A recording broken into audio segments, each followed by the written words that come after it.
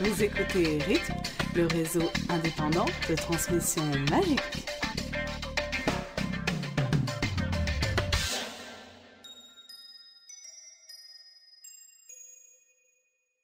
Bienvenue sur les ondes magiques de la Rythme. Pour ce 6e épisode, vous retrouverez vos chroniqueurs de toujours, Alice, Purple, Pruno et moi-même, Elena, ainsi que vos rubriques habituelles.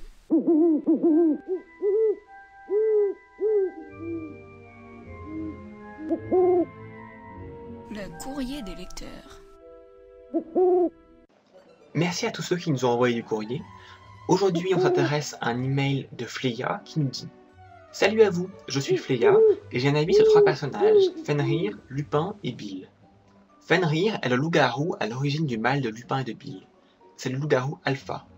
Or, dans la légende de loup-garou, on nous dit que si le loup-garou alpha meurt, les loups-garous bêta sont délivrés s'ils ne se sont pas souillés en buvant du sang humain. De plus, le loup-garou alpha ne peut blesser un loup-garou bêta sans subir les mêmes dommages. Conclusion, Lupin ou Bill va tuer Fenrir, et comme ni l'un ni l'autre ne semble avoir bu de sang humain, ils seront délivrés. Ou alors, Greyback tue Bill ou Lupin, et meurt car il a tué un de ses fils. Bonne continuation. Merci Fleya pour ce mail. Alors, j'étais pas au courant, mais apparemment c'est effectivement récurrent dans les légendes de loup-garou, le fait que, donc d'une part, Fenrir ne pourrait pas faire de mal à Lupin ni Bill, parce que si leur faisait du mal, ce mal se retournerait contre lui-même. D'autre part, si jamais Fenrir venait à mourir, que ce soit de la main de Lupin ou de Bill, ou de quelqu'un d'autre, Lupin et Bill seraient automatiquement délivrés du maléfice, parce que eux-mêmes n'ont jamais transformé quelqu'un d'autre en loup-garou. Du moins, on n'est jamais pas au courant du fait que Lupin ou Bill aient transformé quelqu'un d'autre en loup-garou. Alors, je vais d'abord rappeler 2 choses qu'on sait sur les loups-garous dans le monde de J.K. Rowling, c'est que d'une part, alors que traditionnellement, on peut se transformer en loup-garou à partir du moment où c'est un soir de pleine lune, dans le monde de J.K. Rowling, le monde d'Harry Potter, on se transforme en loup-garou uniquement si c'est un soir de pleine lune et que la lune est découverte. C'est-à-dire qu'à la fin du tome 3, quand la lune est cachée par un nuage, Lupin ne se transforme pas en loup-garou, alors que dans une légende traditionnelle, ça n'aurait pas été le cas, il se serait transformé en loup-garou. Et d'autre part, on entend souvent que les loups-garous ne peuvent être tués que par une balle d'argent. Il y avait donc une théorie comme quoi la main d'argent que Peter Pettigrew reçoit à la fin du tome 4 pour remplacer la main qu'il a coupée permettrait de tuer Remus Lupin. C'est une idée qui est bonne selon J.K. Rowling, mais qui est néanmoins fausse. C'est ce qu'elle a dit sur son site web, que donc cette main d'argent ne serait pas utilisée pour tuer Remus Lupin. Et là, donc, on voit que J.K. Rowling, qui a l'habitude de récupérer beaucoup de choses dans les mythologies, les légendes traditionnelles, ne prend que certains éléments, qu'elle récupère pas tout. Ce qui fait qu'à mon avis, s'il y avait cette histoire de loup-garou alpha et bêta, elle va pas l'utiliser dans tome 7 pour la première fois. Si elle avait voulu en faire quelque chose, elle nous aurait introduit au concept un peu plus tôt dans les tomes précédents, et là pour l'instant c'est pas le cas. Ce qui fait donc qu'à mon avis, même si on aimerait tous beaucoup que Lupin et Bill soient délivrés, parce qu'en plus si Bill est libre, avec Fleur il aura vraiment des enfants magnifiques, et quant à Lupin, ce serait la fin de tous ces problèmes dans le monde magique. Mais je pense qu'en fait, J.K. Rowling est un peu trop sadique pour ça, et qu'au final, elle va pas nous dire si les souffrances c'est fini, tout peut être annulé. De même que quelqu'un qui est mort est vraiment mort, à mon avis, devenir loup-garou, c'est le genre de maléfice qu'on ne peut pas annuler définitivement, simplement en tuant le loup-garou qui est à l'origine du mal. Donc c'est une bonne théorie, mais je pense que c'est un peu trop optimiste. N'hésitez pas à nous envoyer des mails ritm@gazette-du-sorcier.com. Vous pouvez nous envoyer soit du texte, soit des fichiers MP3. Vous pouvez également nous laisser un message sur Skype. Notre pseudo c'est gazette-du-sorcier. Enfin, vous pouvez réagir à tous nos épisodes sur le forum de la Gazette du Sorcier. Il y a donc un forum radio indépendante à transmission magique tout en bas de la page. Actualité. Un casting ouvert à tous est organisé pour trouver les acteurs qui incarneront Lavande Brown et Tom Jedusor-Jeune dans le film Harry Potter et le Prince de Sang Mêlé. Cette méthode avait déjà été employée pour Luna Lovegood et plus de 15 000 prétendantes s'étaient présentées. Rupert Grint, qui incarne Ron Weasley, participera au show de Lavande Brown. À la dernière étape de la sélection, quand il ne restera plus que 5 prétendantes, Rupert Grint ira toutes les embrasser pour vérifier que le courant passe bien. Les acteurs et l'équipe ont donné des interviews lors de l'avant-première presse de Harry Potter et l'Ordre du Phénix. Il y a même des révélations sur le tome 7. Un certain personnage devait absolument être inclus, parce qu'il est trop important pour le tome 7. Nous évitons les révélations sur la rite, mais vous pouvez découvrir ce personnage en lisant la Gazette. De même, vous pouvez découvrir 11 clips tirés du film Harry Potter et l'Ordre du Phénix. Le site de J.K. Rowling a été mis à jour. L'examen de magie élémentaire unifié niveau 3 a eu lieu pendant 3 jours et les résultats sont en ligne. Godric Gryffondor est le sorcier du mois de juillet. Cela laisse supposer qu'en août, l'illustration de Rowena Serdaigle nous montrera un objet lui ayant appartenu. Cet objet en question pourrait bien être l'un des 7 Horcruxes, et c'est pour cela que J.K. Rowling ne le fera apparaître qu'après la sortie du tome 7. D'autre part, J.K. Rowling prend part à la recherche de Madeleine McCann, une petite Anglaise de 4 ans enlevée le 4 mai à Praia da Luz, au Portugal. Si vous étiez dans la région à l'époque, vos témoignages et vos photos peuvent aider la police à la retrouver.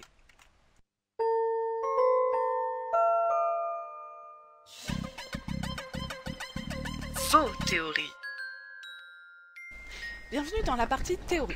Alors nous allons parler de la couverture de luxe de Scholastic.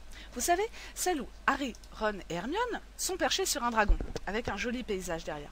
Alors à quoi ça vous fait penser ?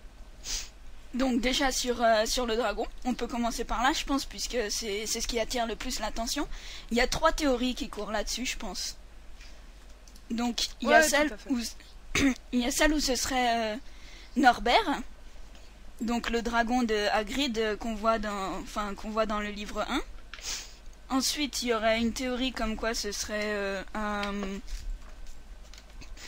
dragon de Nouvelle-Zélande. Un Opalœil des Antipodes, ça s'appelle. Voilà, exactement. Et la 3e théorie, ce serait que ce serait un ver gallois. Alors donc... les différentes raisons pour ces 3 théories, c'est d'une part que Norbert, on le connaît. D'autre part que le ver gallois, il habite pas trop loin de Poudlard. Et enfin que l'Opalœil des Antipodes, la description qu'on nous donne dans les animaux fantastiques ressemble à ce qu'on voit sur la couverture. Alors je cite... Sans doute le plus beau dragon qu'on puisse voir, il est couvert d'écailles iridescentes et nacrées, et ses yeux sans pupilles, étincelants de reflets multicolores, lui donnent un regard opalin qui lui a valu son nom. Il n'a pas tellement... Donc, à la limite, pour les yeux, je suis d'accord, mais pour les écailles, moi je pense c'est plutôt, je mets ça plutôt sur le compte du soleil couchant. Du soleil couchant. Ouais, les reflets du soleil couchant, qu'on voit aussi sur Harry, Ron et Hermione, donc sur le dragon, sur les écailles du dragon aussi. Mais même les yeux, il n'a pas sur la rivière. Il n'a pas des reflets multicolores dans les yeux. Ils sont blancs. Mais si on s'approche beaucoup, oui, on les voit. Ah. Mais ce que tu as oublié de dire, c'est que ce dragon, il est natif de la Nouvelle-Zélande. Alors qu'est-ce que ce dragon ferait avec Ron, Harry et Hermione, qu'on suppose qu'ils sont encore en Angleterre, quoi. Enfin, je veux dire, ils vont pas faire la course autour du monde. Je trouve quand même que ce serait une drôle de coïncidence. Ce serait une drôle de coïncidence qu'on ait ce dragon sans pupille. Enfin, je pense que l'illustratrice, elle n'a pas inventé ça. S'il n'a pas mis de pupille, c'est qu'il y a une raison. Donc, quand on compare, genre le ver gallois commun, certes, il habite à côté, mais en même temps, il est vert. Ce dragon-là, il est loin d'être vert. Oui, mais ça, c'est le reflet du soleil. Ouais. Pourquoi qu'est-ce que ferait un dragon de Nouvelle-Zélande en Angleterre ? Enfin bon, déjà, à la base, qu'est-ce que Harry, Ron et Hermione font sur un dragon? Déjà, c'est la première question. Alors, c'est pour ça que moi, je pencherais plus pour Norbert, en fait. Parce que Norbert, c'est les 3 personnes qu'il a vues en premier avec Hagrid. Donc c'est pour ça que ça me fait évidemment penser au Vélociraptor dans Jurassic Park. Parce que c'est la première chose qu'il voit. Bah, c'est des reptiles, tout ça, donc c'est très comparable. Et donc, c'est la première chose qu'il voit. Donc c'est vrai que peut-être que celui-là pourrait ne pas être aussi agressif que les autres, qu'il pourrait vraiment être copain. Ouais. Alors donc pour information, je cite la description du Norvégien à crête, donc l'espèce de bébé Norbert. C'est donc le Norvégien à crête ressemble au magyar à pointe, bien qu'au lieu de pointe, il aborde de grosses plaques d'un noir de jet tout au long de l'échine. Ça pourrait jouer ça aussi, parce que sur la queue et sur on voit des pointes. Des pointes, normalement, il n'y a pas sur le Norvégien à crête. Des écailles noires aussi, ouais. Il est bien noir. Mais justement, le Norvégien à crête, lui, n'a pas de pointe, normalement. Le Norvégien à crête. Oui, mais c'est pas les grandes pointes. comme... Enfin, pour se battre, Si, ça, il a c'est des pointes. des petites pointes. Non mais Il y a Non, quand même mais des le points. Magaillard à pointe, c'est vraiment des grandes pointes Par qu'il a sur la queue. Là, c'est des petites pointues le long de l'échine, juste pour faire joli. Par Si, rapport à ce regarde, que il tu a disais. des épines. Oui, il a des épines, mais c'est pas... Par rapport à ce que Oui, tu mais je disais, veux dire- Purple, le fait que ce soit les trois premières personnes que Norbert ait vues, enfin, je sais pas si ça suffit à le rendre assez docile pour pouvoir monter dessus, quoi. Parce que bon, Charlie, par exemple, qui s'occupe de dragons depuis des années, il a pas, enfin, d'après ce qu'on sait, il a pas un dragon apprivoisé sur lequel il peut monter, etc., etc., quoi. Donc, Ah, de toute façon, le fait qu'il les ait J.K. vus Rowling une a dit fois, clairement que c'était pas possible d'apprivoiser un dragon. Une fois, on lui a posé la question, est-ce que Harry aura un nouvel animal de compagnie? Elle a répondu oui, peut-être. La personne qui pose la question dit, est-ce que ce sera un dragon? Elle a répondu non, c'est impossible d'apprivoiser un dragon. ouais. Donc ce qui est sûr, Non, c'est que le dragon, là, il n'est pas apprivoisé. Ils ont réussi à monter dessus Mais d'une façon peut-être ou qu'ils d'une l'ont autre. enchanté, peut-être sais pas qu'ils lui ont trop lancé comment. un sort, ou je sais pas. Ouais. Peut-être pour ça Là, qu'il je a suis les pas sûr de pupilles comment ils font blanches. pour tenir dessus, hein. Enfin, notamment Ron, j'arrive pas à voir où il s'accroche au dragon. Comment Bah, ça il se fait est qu'il sur- tombe On dirait pas qu'il s'accroche à Il est Hermione. sur la queue. Il est sur la queue, ouais. Le début d'une grande histoire d'amour. Ou enfin, c'est pas le début, mais enfin, Ron Enfin, vas-y, Il rapproche-toi. est passé de la petite cuillère à la cuillère à soupe, on va dire. Non, mais s'il est effectivement ensorcelé, ça peut peut-être aussi expliquer pourquoi il aurait les pupilles blanches comme ça, enfin un peu. Ouais, le regard vide. Oui, enfin pourquoi Et pas. d'ailleurs, le regard vide, c'est le sort de... C'est l'Imperius L'Imperius. Il fait un Imperius, regard ouais. troublé. C'est vrai que ça ressemble mais aux yeux de pourquoi Chrome dans le film 4. Ils ont pas le droit de s'en servir sur les humains, parce que bon, ils vont à Azkaban. Mais pourquoi ils auraient pas le droit Ah, de mais s'en est-ce servir qu'ils sur sont les est-ce animaux qu'ils ont assez de force pour lancer enfin un impérium sur un dragon? Ouais. Oui, mais à 3, ils ont peut-être Ouais, la force. peut-être, ouais. Bah, déjà, comme on a pu voir dans le livre 4, souvent les sorts qu'on lance sur un dragon rebondissent. Ouais, à cause de du la coup, peau donc, en en effet. écaille. Donc, pour réussir à toucher le dragon, ça même, je parle même pas de lancer un sort assez puissant, ne serait-ce que pour le toucher déjà, faut vachement bien viser. Mais- Genre, faut viser, je pense, soit dans les yeux, soit Voilà, à le, l'intérieur plan- de la bouche. le point faible Peut-être des sur le dragons, ventre. c'est bien les yeux, donc pourquoi pas. Ouais. Enfin, c'est une autre théorie encore, hein, mais. Enfin bon, Et donc, dans ce cas-là, ça pourrait être un ver gallois, qui est un dragon plus ou moins du coin. sauf qu'il est pas vert. Oui, mais ça, c'est à cause du soleil. Sur la queue, on voit un En peu même de temps, vert. ça m'étonnerait que Harry, Ron et Hermione aient croisé justement un ver gallois et se sont dit tiens, si on lui lançait un impérium pour aller se promener un petit peu, pour aller chercher un Horcrux, je sais quoi. Ah oui, Donc alors après, voilà, pourquoi il à se mon retrouve avis, sur un dragon, ça, le c'est une autre dragon il doit question rentrer dans encore. l'histoire vraiment dans le scénario à un moment ou un autre. Il le Ah croise bah pas oui. par hasard, donc déjà on peut se poser la question pourquoi est-ce qu'il y a un dragon dans le tome 7 quoi. Et en plus, enfin, pour que ce soit sur la couverture, c'est que c'est un moment Déjà, voilà. vraiment important. Bon, évidemment, si elle parle de monter un autre dragon, évidemment, ça va être important. Mais Oui, parce qu'on se doute qu'il ne sert pas seulement de moyen de transport, parce que ça serait limité quand même. oui, autant prendre un sombral. Il nous ferait pas une couverture entière pour un moyen Mhm. de transport. On va pas faire une couverture entière pour un sombral. Et encore, le sombral représente autre Encore chose et que- tout à côté. Dans le livre 3, on voit bien Ron et Hermione sur l'hippogriffe. Oui, mais ça sert pas de moyen de transport, c'est l'évasion.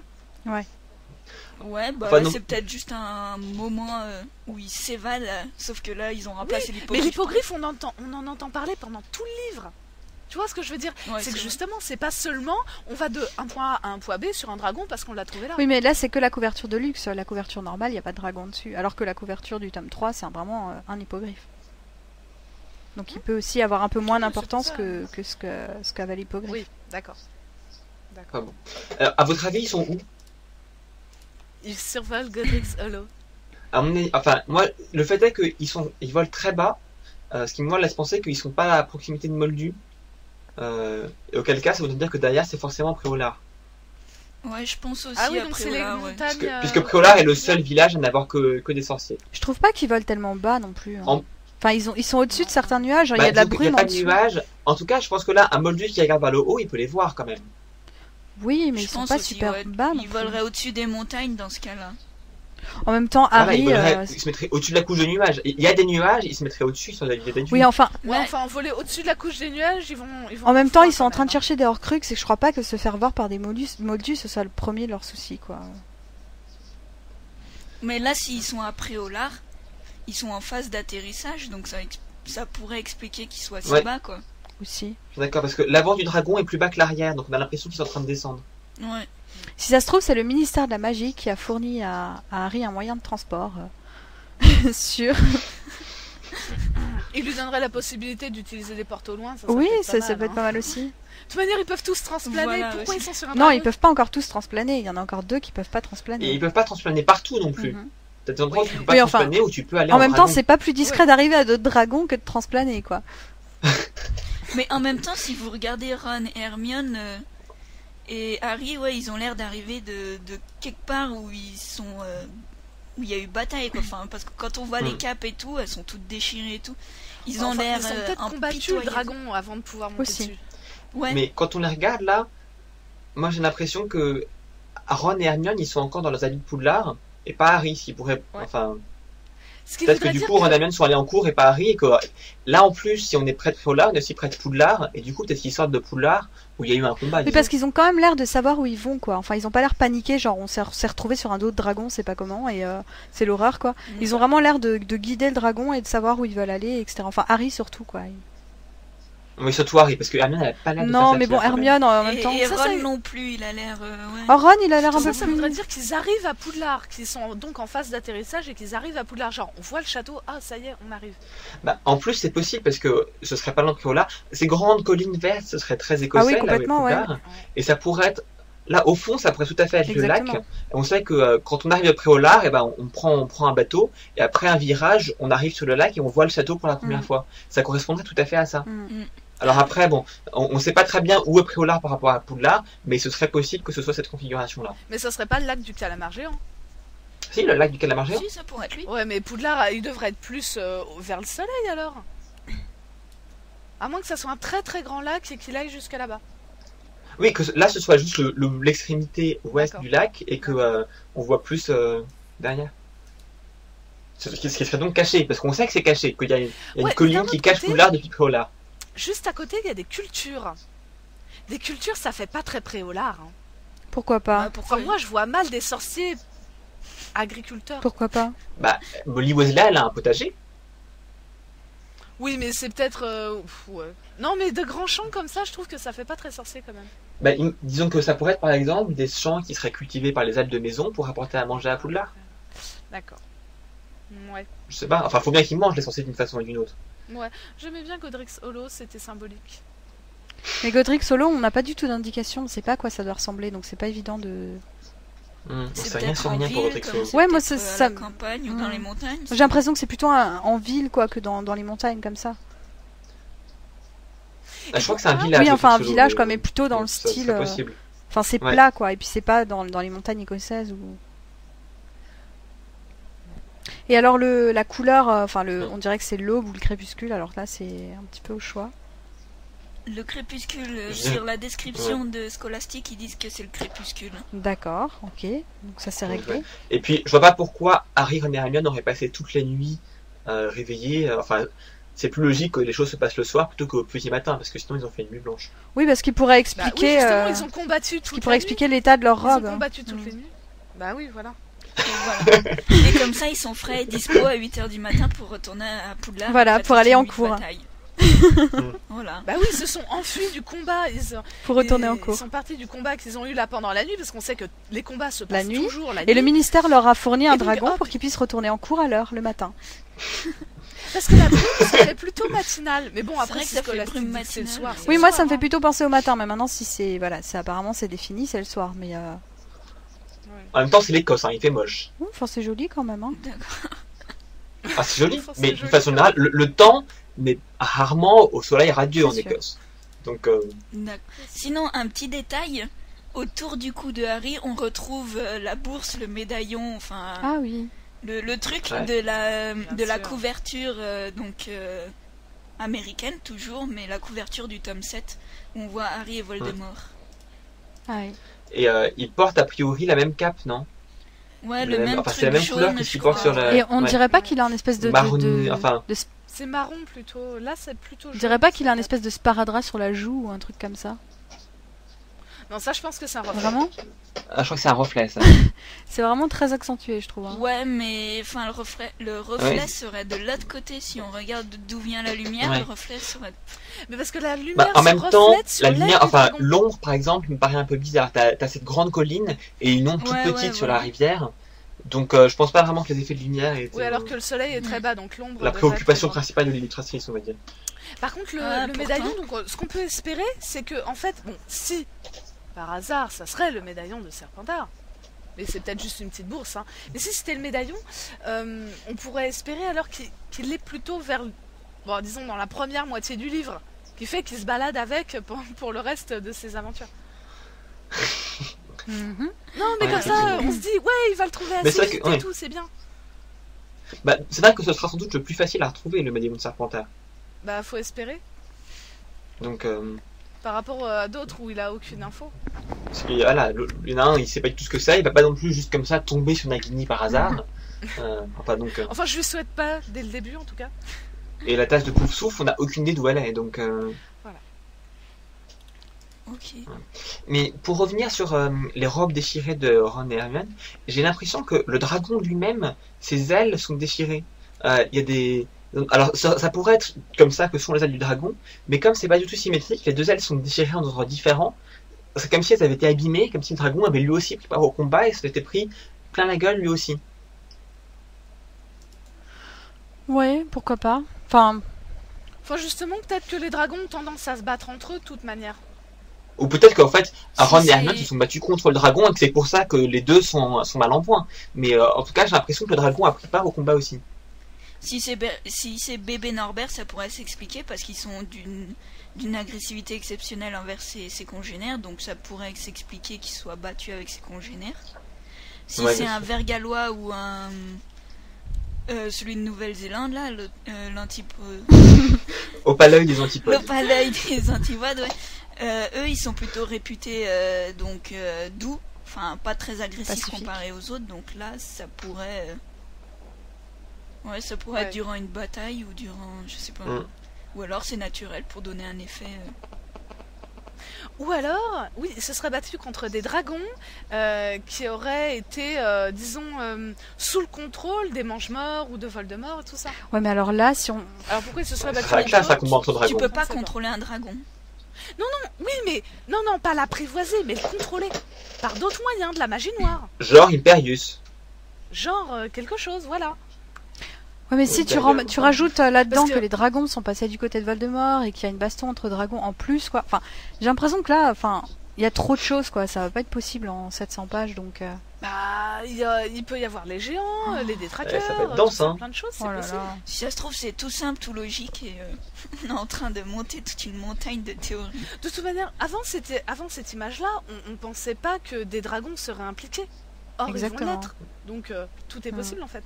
Mhm. Bah, je trouve qu'on a des couvertures assez surprenantes quand même, hein. Entre un dragon et de la magie sans baguette, c'est assez surprenant. C'est Ouais. agréable. Il reste plus que quelques jours, on aura bientôt toute la vérité. Voilà. Voilà. Donc, c'était la couverture de Lix de Scholastic.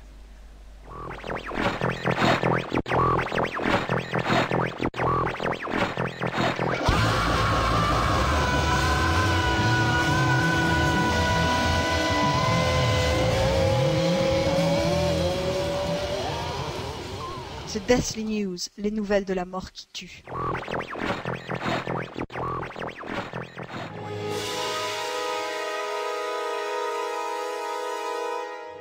Révélation sur le chemin de traverse. Ollivander, le célèbre fabricant de baguettes du chemin de traverse, aurait été enlevé par les Yakuza.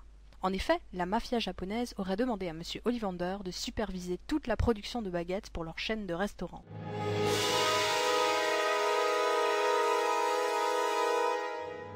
Hermione est un loup-garou. En effet, appelant son congénère en 1994, elle dévoila sa véritable identité.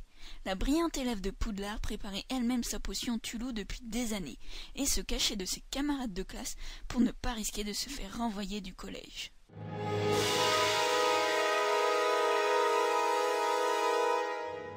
Nouveau rendez-vous à Préolard. Depuis la chute de vous savez qui, le maître des potions Severus Rogue s'est reconverti dans la préparation de cocktails. En effet, il a récemment ouvert son bar à cocktails, le Verre des Ténèbres, en face des Trois Balais.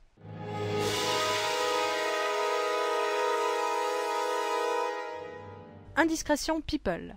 le respectable Lucius Malfoy a été aperçu hier soir dans la boîte de nuit sorcière Tarantallegra. Il se donnait en spectacle sur un podium. La direction de l'établissement a dû le faire sortir par la force car les femmes présentes ce soir-là devenaient incontrôlables.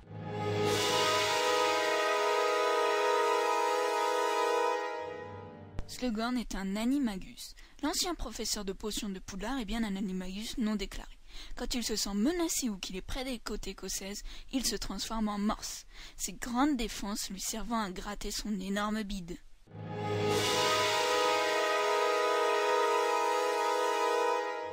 Suite de l'affaire Kleenex. Le groupe des utilisateurs intensifs de mouchoirs a eu gain de cause. Cho Chang n'est désormais plus l'égérie de la marque Kleenex.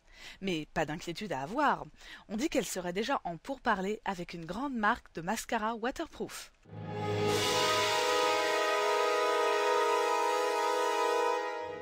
On se retrouve bientôt pour encore plus de scoops. Demain, Ginny va mourir.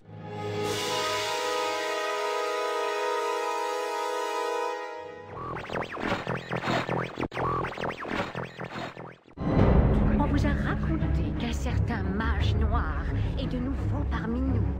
Il y a 14 ans, Voldemort avait une multitude de gens sous ses ordres. La preuve que le Seigneur des Ténèbres est de retour est irréfutable. Il n'est pas de retour. C'est un mensonge. Le Seigneur des Ténèbres approche. Si Voldemort constitue une armée, je veux me battre. On forme une sorte d'armée de sorciers. Harry Potter et l'Ordre du Phénix, le documentaire moldu de la 5e biographie de la saga Harry Potter, dans les salles obscures le 11 juillet 2007.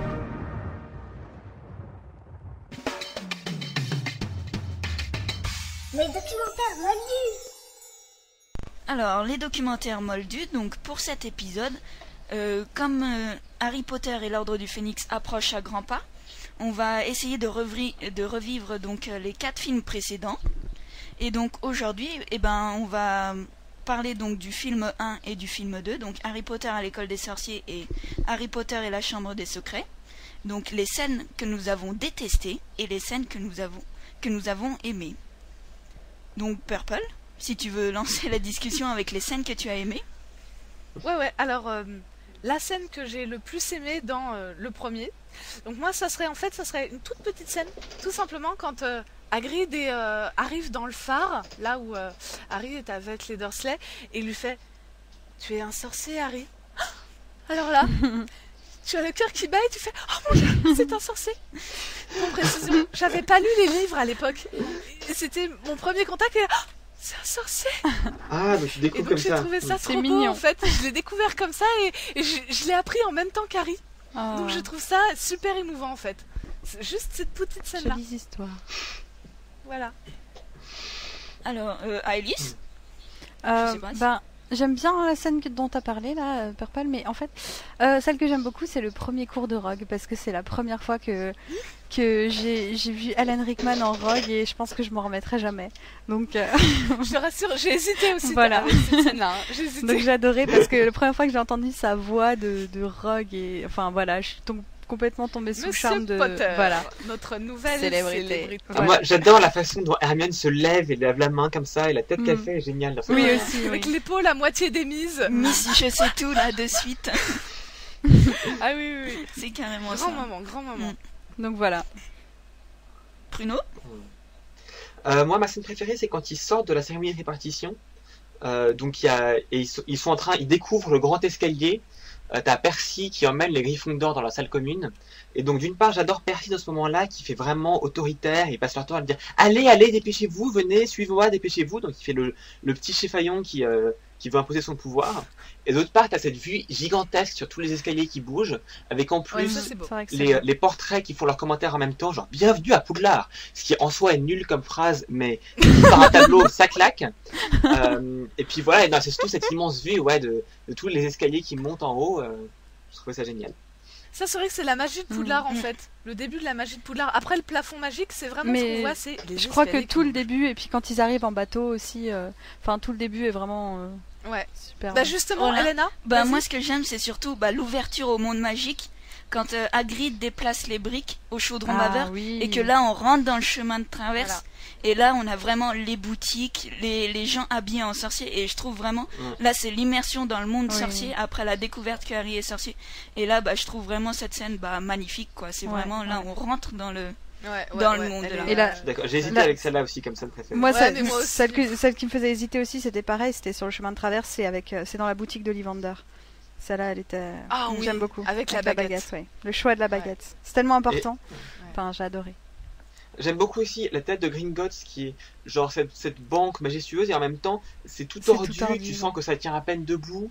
Ça fait vraiment, C'est un ça peu, fait bâtiment ouais, sorcier Robis, qui en tient fait. debout grâce à de la magie. C'est bancal, Ça fait ça maison tient numéro par 10. magie, tu te dis, ça a l'air pas solide tout ça. Mhm. Et dans les galeries aussi, c'est un peu avec le wagonnet. Le petit wagonnet. Ouais, c'est vrai. Et sinon, une mention spéciale à Olivier Dubois, dans le premier. Parce que c'est quand même un grand moment quand on... Non, parce qu'on découvre le Quidditch, bien évidemment. C'est pas que pour Olivier Mais Dubois, non. voyons. Bien sûr. hein. Nous voyons seulement Olivier Dubois avec son pull à col roulé. Je pense que c'est un grand moment du film. hein. Du cinéma, Voilà, carrément. Parce qu'on découvre le Quidditch. Donc voilà pour le film 1, maintenant on va le démolir.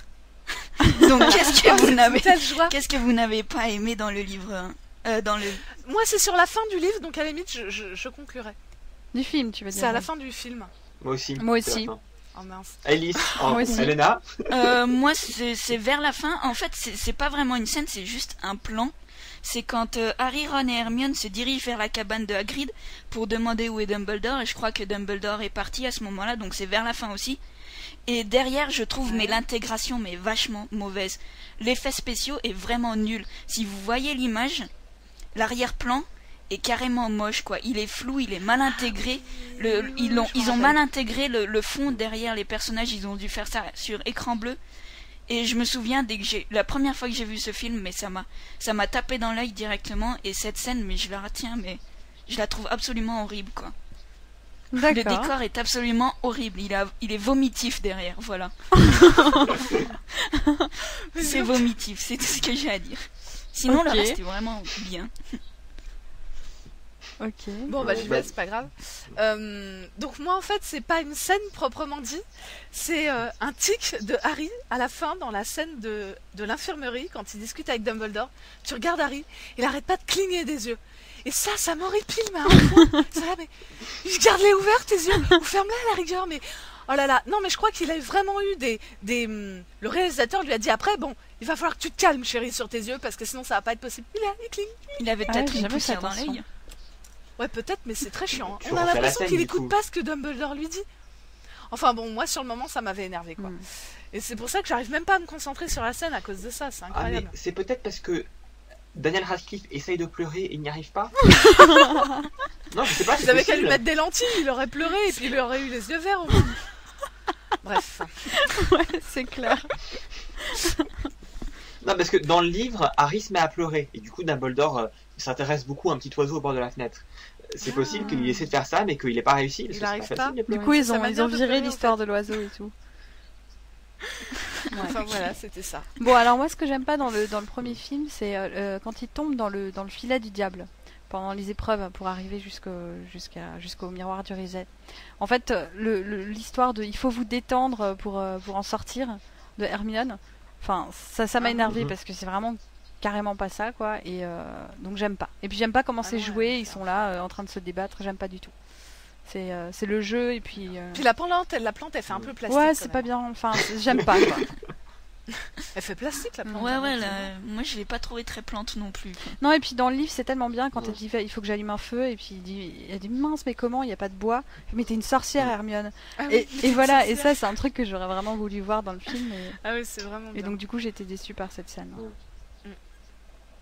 Pruno. Moi aussi, c'est à la fin dans les épreuves. Ce que j'aime pas, moi, c'est la partie d'échecs. Oh non, elle est vachement bien.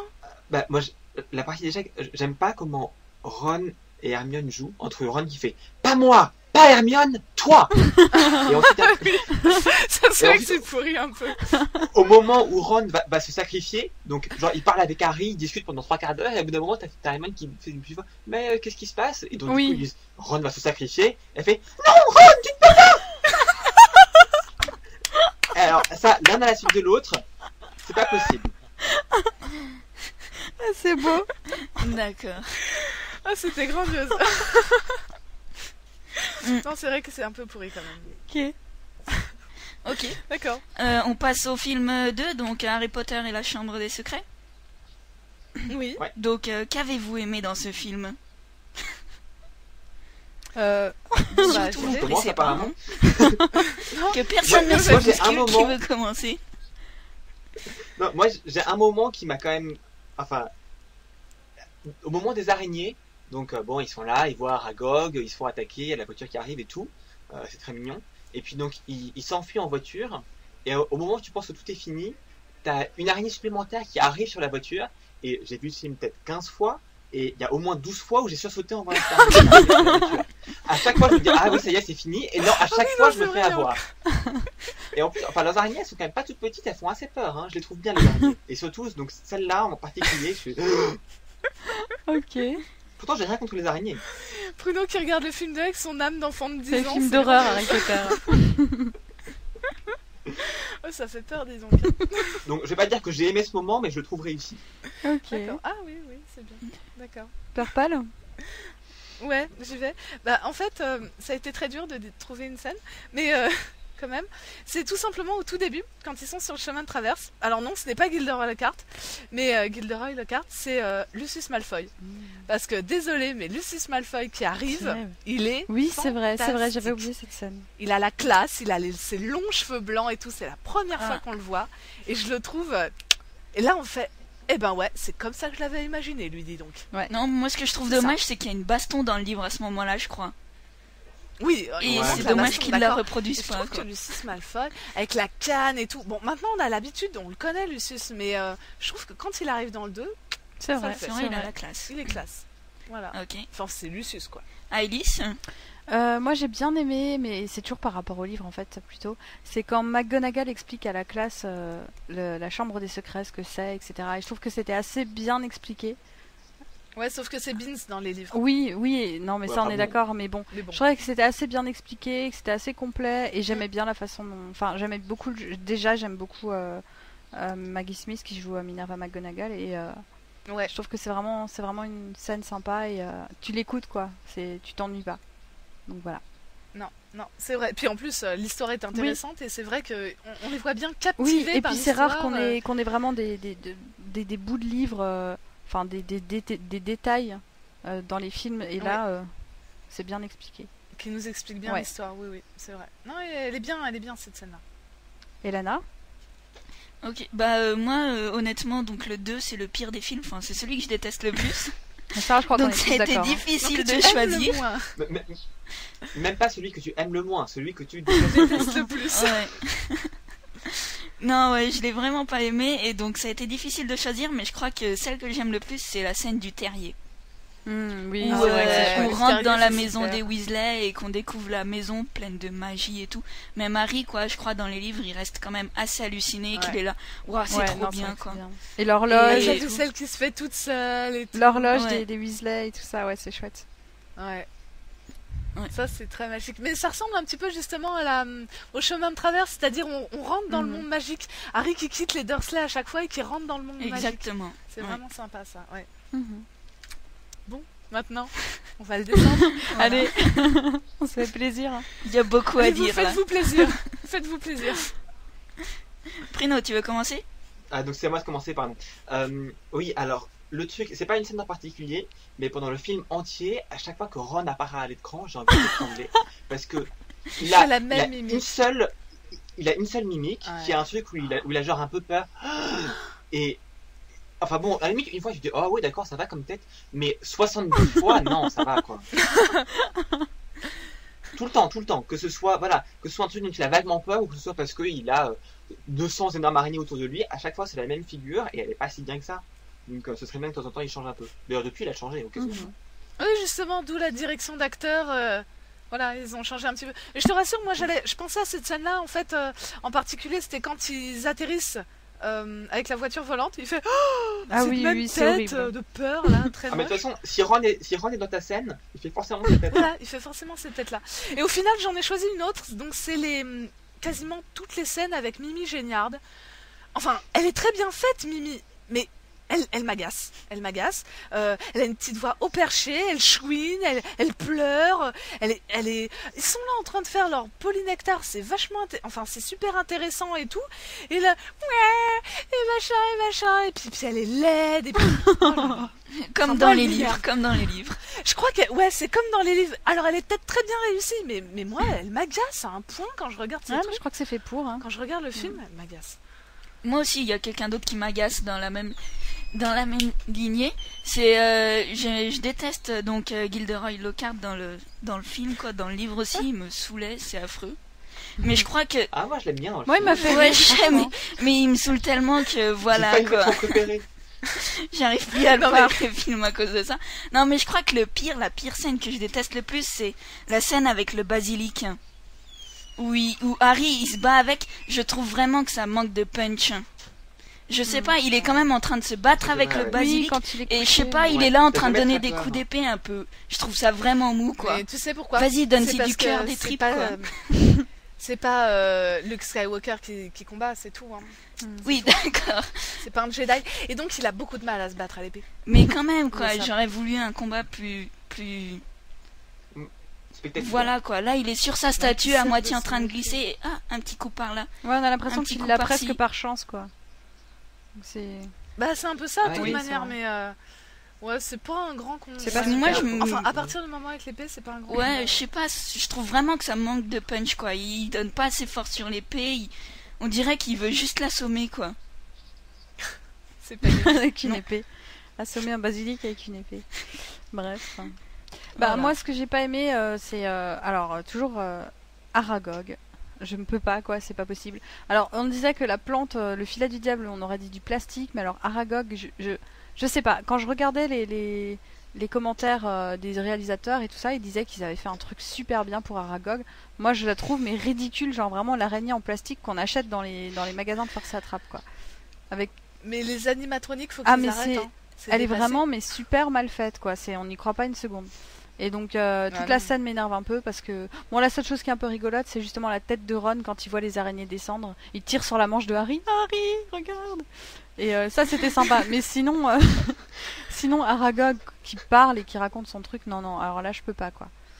Voilà. Mais je crois que ouais, c'est dans le 1 et le 2 seulement qu'ils ont utilisé les animatroniques parce qu'après dans le 4 et dans le 3 et le 4, c'est tout fait à l'image de synthèse, il me semble. Oui. Et c'est vraiment là on voit la différence. Enfin, les créatures sont vraiment pas mal, quoi. Bah, c'est pour ça, Fumsec, enfin, c'est à la fin du 2, Fumsec sur son perchoir, c'est pas terrible. Hein. Pareil, on avait entendu des commentaires, oh oui, il est super et tout. Il est là, on dirait une poule, désolé. Mais on dirait, voilà, mais c'est surtout une poule plastique. Elle est... Ouais, moi je le trouve un peu raide sur son perchoir, pas très vivant. Il est tout raide. Enfin, comme le basilic aussi, un peu raide, quoi, un peu. Oh, le basilic, je l'ai trouvé pas mal quand même. Hein. Voilà, donc c'était. C'était le film 2, donc. Et on va s'arrêter là. Et donc au prochain épisode, on vous proposera donc le film 3 et le film 4. Violette et Rose Marathon. Les chicaneuses. À la tienne. À la tienne. Alors, Mafio, prends un verre et raconte-moi comment ça s'est passé. Avec Mr. Spark? Bah oui, tu m'as fait promis de t'occuper de lui pour plus qu'il vienne faire la fête avec tous ses civrognes d'amis. Eh bien, par la barbe de Merlin, il a eu la peur de sa vie. Non seulement je lui ai parlé, mais j'ai mis à contribution mon ami du tableau Amour et monstruosité qui se trouve dans l'allée des embrumes. Quoi? T'as demandé à ton ami Freddy le monstre de l'intimité? Et t'y es pas allé de main morte, dis donc. Oh, bah faut ce qu'il faut, hein. Et d'ailleurs, je t'ai jamais demandé comment tu fais pour avoir tes amis là-bas. Ne me dis pas que t'as un portrait dans l'allée des embrumes, quand même. Bah, c'est pas de ma faute si j'ai eu des amis parmi les gens douteux. En plus, ça peut être bien utile. À ton avis, pourquoi j'ai toujours mon portrait à Poudlard? Ce n'est pas seulement parce que je papote avec toi et la grosse dame. Ah, ben en tout cas, je vais pas m'en plaindre, hein, parce que ça a marché. Mr. Spark, il organise plus ses fêtes. Et il a même pas touché à mon nitromel. Il vient toujours de temps en temps, bien sûr, mais bon, pas autant qu'avant. Du coup, ça va. J'ai pas besoin d'avertir Mr. Spark. Ça lui aurait fait trop de peine. Au moins, c'est ça de fait. Et concernant tes amis, je fais 3 têtes de plus que tout le monde. Ah, ces deux Simon Trolls sont encore revenus pour soi-disant assurer la sécurité de Fudge. Mais c'est bon, le plan B est bientôt en place. C'est bon, tu as réussi à trouver un bézoard, parce que tu risques d'en avoir besoin. Hein. Oh oui, c'est bon, je l'ai dans ma poche, je le quitte jamais. Et pour Hagrid, c'est bon, il a réussi à se les procurer. Presque, il les aura ce soir. Après ça, il ne nous reste plus rien à avoir. On sera fin prête. Je t'avoue que j'ai quand même hâte que cette histoire se termine. Hein. Ah, et moi donc, hein, devine leur dernière lubie. Comment t'étais sushi? Tu imagines la quantité qu'il faut pour nourrir ces monstres? Mais voilà, Monsieur Fuchi décrète qu'il leur faut du poisson cru, alors la pauvre Rose Myrtle est obligée de trouver un sorcier expert en sushi qui veut bien venir travailler après au lard. Dire que je suis morte avant que les sushis ne deviennent à la mode. Et après les sushis, il leur faudra quoi? Du tofu, du foie gras, des petits fours, une pièce montée avec 2 petits trolls en pâte d'amande tout en haut. J'aurais bien aimé goûter les sushis. Les 3 balais, c'est un bar, c'est pas un traiteur de luxe. Alors après avoir cassé tout mon mobilier et fait fuir tous mes clients, ils veulent que je leur fasse des petits plats raffinés. Ils veulent ma mort surtout. Tu crois que ça serait bon des sushis au calamar géant? Non, moi j'en peux plus, hein, ça peut plus durer comme ça. Oh là là, ma Rosie, ne t'inquiète pas. Si Hagrid apporte bien ce que je lui ai demandé ce soir, demain tu en seras débarrassé. Oh ben j'espère, hein, parce que sinon je retourne chez ma mère. Et tu les laisserais gagner la partie? Non, ce n'est pas digne de la Rose Myrtle que je connais. Resserre-moi donc un verre et attendons patiemment Hagrid. Ouais, tiens, et trinquons à la santé de Mr. Spark, lui au moins il viendra plus m'embêter. À la tienne, Mr. Spark, puisses-tu ne jamais recroiser la route de Freddy le monstre. Le survie. Ou trépasse. Bonjour, c'est Mena, elfe de transcription. Alors, je ne peux pas citer tout le nom, mais en gros, je pense que Ron, Lupin, Voldemort, un membre de la famille Weasley, quelques membres de l'ODP et quelques mange-morts, comme Bellatrix Lestrange et Lucius Malfoy vont mourir. Par contre, je crois que Harry, Hermione, Ginny, McGonagall, Rogue et Drago Malfoy vont survivre. Bonjour à tous, Big Ben Air de la retranscription. Alors je pense que pour commencer, attention spoiler, Harry va survivre et Voldemort va mourir. Ensuite je pense que Ginny va survivre, puisque Harry va survivre. Hermione aussi. Côté méchant, Malfoy et Lucius vont survivre, ainsi que Slughorn. Et enfin Neville et Luna vont survivre également. Côté mort, Snape va mourir même si c'est un gentil. Hagrid, j'espère que, je le vois bien mourir. Surtout, il serait piétiné par Groupe ou quelque chose comme ça. Ron, il devrait mourir, je pense, parce qu'il faut bien que quelques Weasley meurent. Hein. Arthur, il a failli, bon voilà. Et j'aimerais bien que Dobby meure et qu'il emmène McLaggen avec lui. Et enfin, Bellatrix va mourir parce que voilà, la revanche de Harry ou je ne sais trop quoi. Et Ollivander, lui, parce que je le vois bien parti pour mourir. Voilà. Ok, donc moi c'est Luna, elfe de transcription pour la rythme. Moi je vois mourir Arthur, Hermione et Lupin. Par contre je laisse la vie à Harry, Molly et à Ron. Et Ginny, je la vois vivante mais en très mauvaise santé. Voilà. Si vous aussi voulez participer au Survie ou Trépasse, alors envoyez-nous un message sur Skype sur gazette-du-sorcier.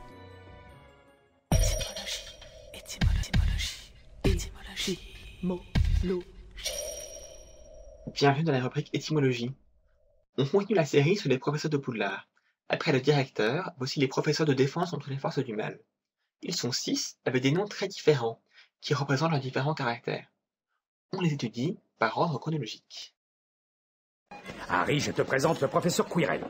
Il t'enseignera la défense contre les forces du mal à Poudlard. Oh, enchanté, professeur. Dans le tome 1, c'est Quirinus Quirrell. Le prénom Quirinus n'est jamais donné dans les livres, mais on le retrouve d'une part dans le générique de fin du premier film, et d'autre part sur des cartes de sorciers célèbres disponibles dans le commerce, qui auraient été écrites par J.K. Rowling. Alors, cette rubrique étymologie ne fait jamais plus que des hypothèses, et pour Quirrell, c'est encore plus vague d'habitude. Il y a nombre d'origines possibles pour ce mot. Quirrell, ça ressemble à squirrel, un écureuil, soit à quabble, une dispute.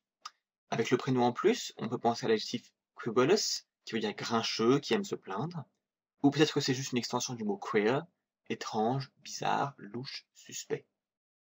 Pour le prénom Quirinus, en admettant qu'il ait bien été choisi par J.K. Rowling, c'est plus facile. Quirinus était un dieu romain, et c'était la forme déifiée de Romulus qui fonda Rome. Une des 7 collines de Rome, le Quirinal, est nommée en son honneur. C'était un dieu très important, surtout pendant les premiers siècles de l'histoire romaine. On le représentait comme un homme barbu, vêtu d'habits religieux ou militaires. Ce prénom pourrait relier Quirrell à 2 autres personnages de la série Harry Potter. D'une part, comme forme déifiée de Romulus, il serait lié à Rémus Lupin, puisque Romulus et Rémus étaient frères. Romulus avait fini par tuer Rémus, mais comme Quirrell est déjà mort, il aura du mal à faire du mal à Lupin.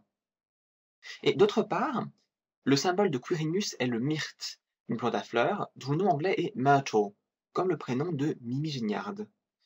Là encore, difficile de voir le lien, mais peut-être que dans les années à Poudlard, il y avait quelque chose entre Quirrell et Mimi Géniarde. Mesdames et messieurs, Monsieur Gilderoy Lockhart.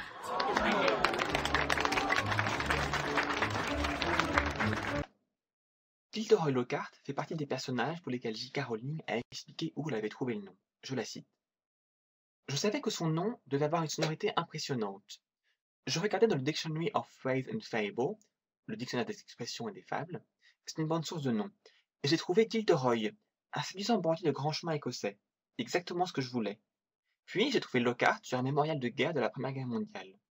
Les deux mis ensemble montraient tout ce que je voulais à propos de ce personnage.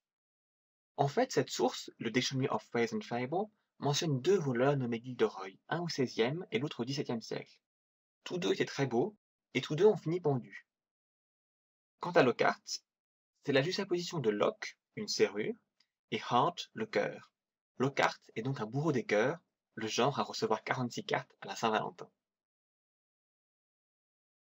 Tout d'abord, je suis heureux d'accueillir le professeur R.J. Lupin, qui a eu la bonté d'accepter le poste de professeur de défense contre les forces du mal.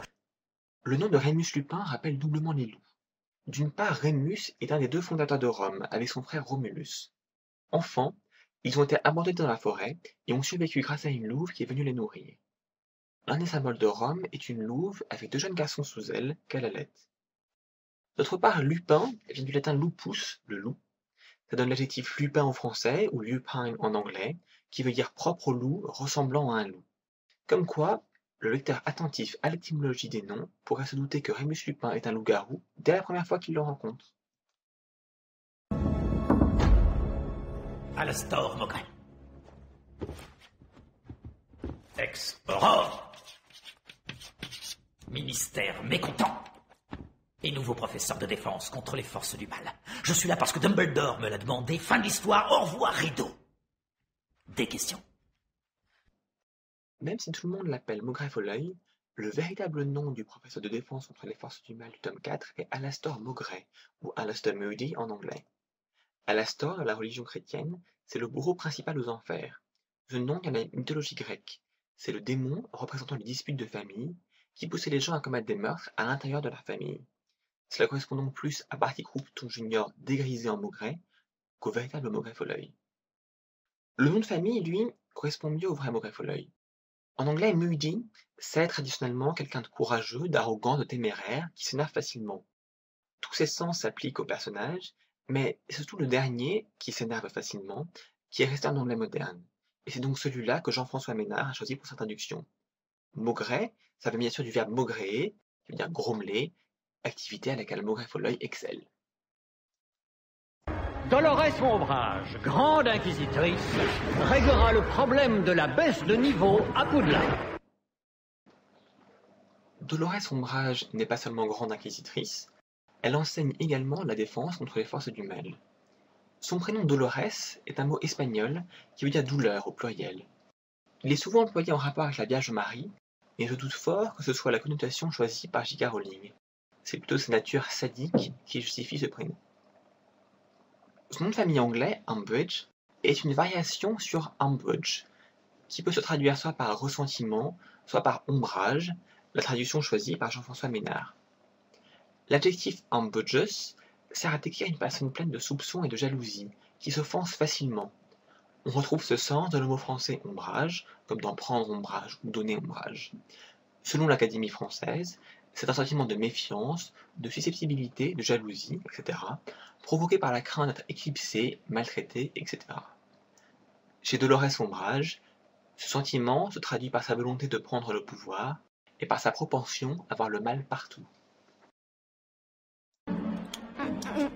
Dis-moi, Percy, qui est le professeur à côté du professeur Quirrell? Oh, c'est le professeur Rogue, le directeur de Serpentard. Et qu'est-ce qu'il enseigne? Les potions. Mais tout le monde sait qu'il préfère les forces du mal. Il veut le poste de Quirrell depuis des années. Après avoir longtemps enseigné les potions, Severus Rogue peut enfin être professeur de défense contre les forces du mal dans le tome 6. Son prénom Severus, c'est le mot latin qui veut dire grave, sérieux, austère. Ça a donné le mot sévère en français. C'est aussi le nom d'une dynastie d'empereurs romains qui furent au pouvoir au 1er et 2e siècle après Jésus-Christ, notamment Septimius Severus, qui était un empereur énergique, mais qui savait être très cruel. Le nom de famille anglais, Snape, vient selon J.K. Rowling d'un petit village du Suffolk. Le mot Snape rappelle le verbe to snap, qui veut dire parler d'un ton brusque. Dans les livres, on trouve de nombreuses occurrences de Snape snapped, dit Rogue d'un ton brusque. La traduction française, Rogue, met aussi en avant le caractère de ce personnage. Rogue est un adjectif qui veut dire dédaigneux, hautain, méprisant. Ce sont là tous les défauts que Rogue reproche à Harry, mais d'après son nom, il devrait plutôt chercher à se corriger lui-même. Comme on ne sait pas encore qui enseignera la défense contre les forces du mal dans le tome 7, c'est fini pour cette fois. Merci d'avoir écouté.